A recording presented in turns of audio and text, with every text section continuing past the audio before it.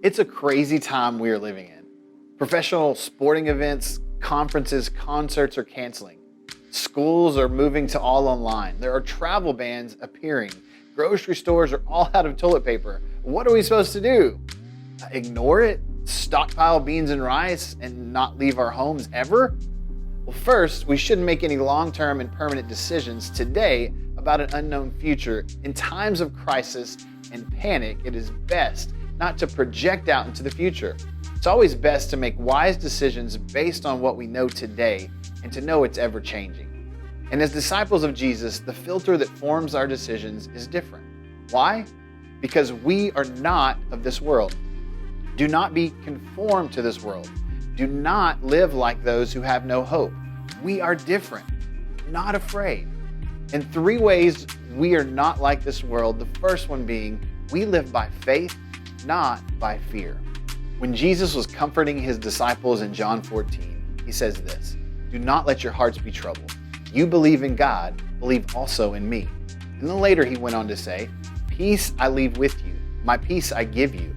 I do not give to you as the world gives. Do not let your hearts be troubled and do not be afraid." A peace that goes beyond human understanding. God's not sitting in heaven thinking, "I didn't see this coming."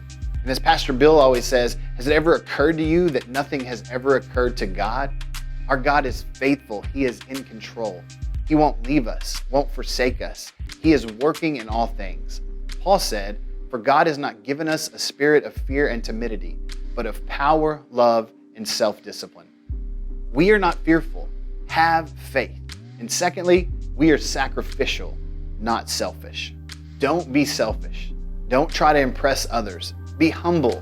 Think of others as better than yourselves. Don't look out only for your own interest, but take an interest in others too. Philippians 2.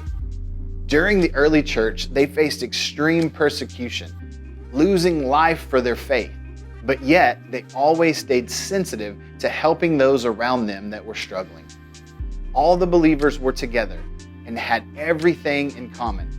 They sold property and possessions to give to anyone who had need. Every day they continued to meet together in the temple courts. They broke bread in their homes and ate together with glad and sincere hearts. Let's realize that even though things aren't ideal for us, other people are still worse off, and we are still called to love and help those around us in any way we can possible. And the third thing, we shine the light. We do not hide it. You are the light of the world. A town built on a hill cannot be hidden. Neither do people light a lamp and put it under a bowl. Instead, they put it on its stand, and it gives light to everyone in the house. In the same way, let your light shine before others, that they may see your good deeds and glorify your Father in heaven. During this time, people are afraid, unsettled, anxious, looking for hope. We are hope dealers, light shiners, love givers. This virus may be highly contagious, but we as Christians can be even more contagious. Spread hope, spread love, spread life in Jesus. Let's pray that the love and hope of Jesus spreads faster than any virus. We are different, not of this world. Our minds are not conformed, but transformed so we can do the will of God. We live by faith, not by fear. We are sacrificial, not selfish. We shine the light. We do not hide it. And I want to end today with 2 Corinthians 4. But we have this treasure in jars of clay to show that this all-surpassing power is from God and not of us. We are hard-pressed on every side but not crushed, perplexed but not in despair, persecuted but not abandoned, struck down but not destroyed. And that today is why we don't have to be afraid.